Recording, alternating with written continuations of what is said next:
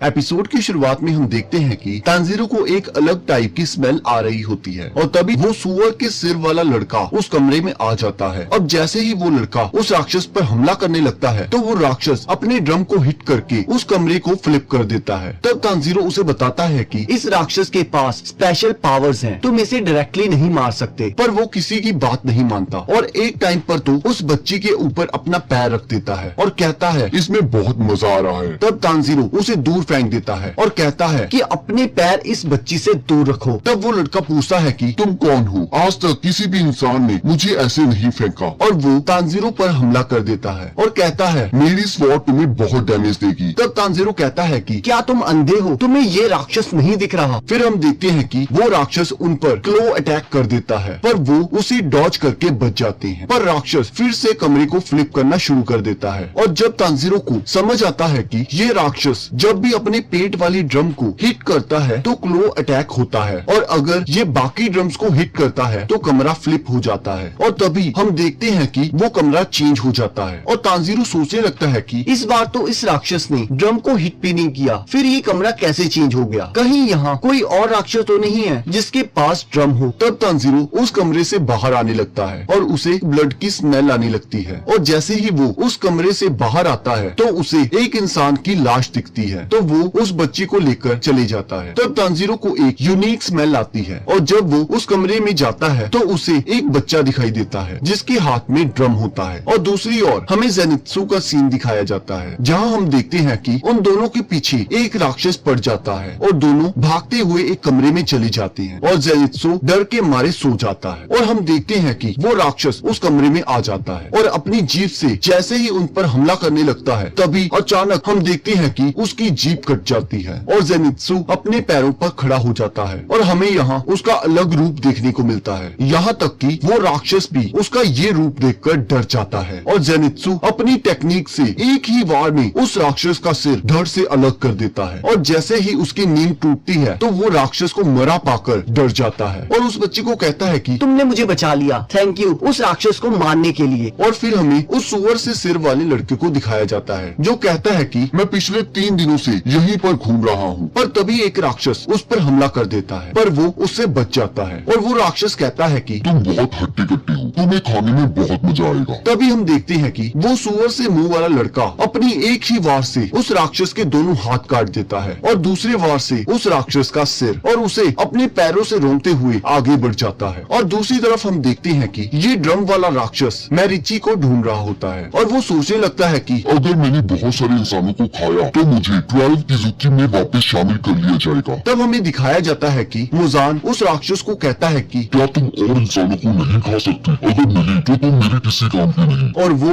उसकी आंख से किजुकी का नंबर हटा देता है और वो राक्षस सोचता है कि अगर मैं ज्यादा से ज्यादा इंसानों को खाऊंगा तो मुजान मुझे अपना खून देगा जिससे मैं और ताकतवर हो जाऊंगा। और यहाँ हम देखते हैं कि हमें उस बच्ची का खोया हुआ भाई मिल जाता है और जब तांजीरो उस बच्चे के जख्मों पर मरहम लगाने लगता है तब वो बच्चा बताता है कि जब वो राक्षस उसे यहाँ लेकर आया था तो तीनों राक्षस उसे खाने के लिए लड़ने लगते हैं और उनमें से एक राक्षस जिसके पास ड्रम होता है तो लड़ाई के दौरान उसका एक ड्रम नीचे गिर जाता है और मैं जैसे ही उसे उठाकर हिट करता हूँ तो मेरा कमरा चेंज हो जाता है और इसी वजह से मैं इतने टाइम से जिंदा था। और वो कहता है कि पता नहीं क्यों वो राक्षस मुझे मैरिची कह रहा था। और तब हम देखते हैं कि तांजीरो का क्रू उनको बताता है कि मैरिची एक रेयर ब्लड टाइप है और एक मरीची 100 इंसानों के बराबर होता है और राक्षसों के लिए मरीची एक फेवरेट फूड है। तब तांजीरो को अचानक ही उस राक्षस की स्मेल आती है और वो उन बच्चों को कहता है कि मुझे अब जाना होगा, पर अगर तुम्हें कोई भी खतरा महसूस हो तो तुम इस ड्रम से अपना कमरा चेंज कर लेना और मैं तुम्हें तुम्हारी स्मेल से ढूंढ लूंगा। और तभी हम देखते हैं कि वो राक्षस उनके कमरे के बाहर आ जाता है और वो बच्चे ड्रम की मदद से अपना कमरा चेंज कर लेते हैं और यहाँ वो राक्षस अपनी ड्रम से उस कमरे को रैपिडली फ्लिप करने लगता है। तब तांजीरो सोचता है कि चाहे तुमायो ने मेरी मरहम पट्टी कर दी थी पर अभी भी मेरे जख्म ठीक नहीं हुए हैं और क्या इस हालत में मैं इसे हरा पाऊंगा? पर मुझे इसे हराना होगा। मैं अपने घर का सबसे बड़ा बेटा हूँ पर मेरी ये टूटी हुई हड्डियाँ मुझे ऐसा करने से रोक रही हैं और अगर मैं ज्यादा पास गया तो इसके क्लॉस मेरे टुकड़े टुकड़े कर देंगे। और तभी तांजीरो को उरोकोडाकी की बात याद आती है जो कि कहते थे कि पानी को किसी भी बर्तन में डालो वो उसी की शेप ले लेता है। और तब तांजीरो को उसकी 10 वाटर ब्रीदिंग फॉर्म्स याद आती हैं और वो कहता है कि चाहे मेरी हड्डियां टूटी हो पर मैं तुम्हें हरा कर रहूंगा, ये मेरा खुद से वादा है। और इसी के साथ एपिसोड खत्म हो जाता है। अब अगले एपिसोड का लिंक आपकी स्क्रीन पर आ रहा होगा, आप उस पर क्लिक करके अगले एपिसोड को देख सकते हो।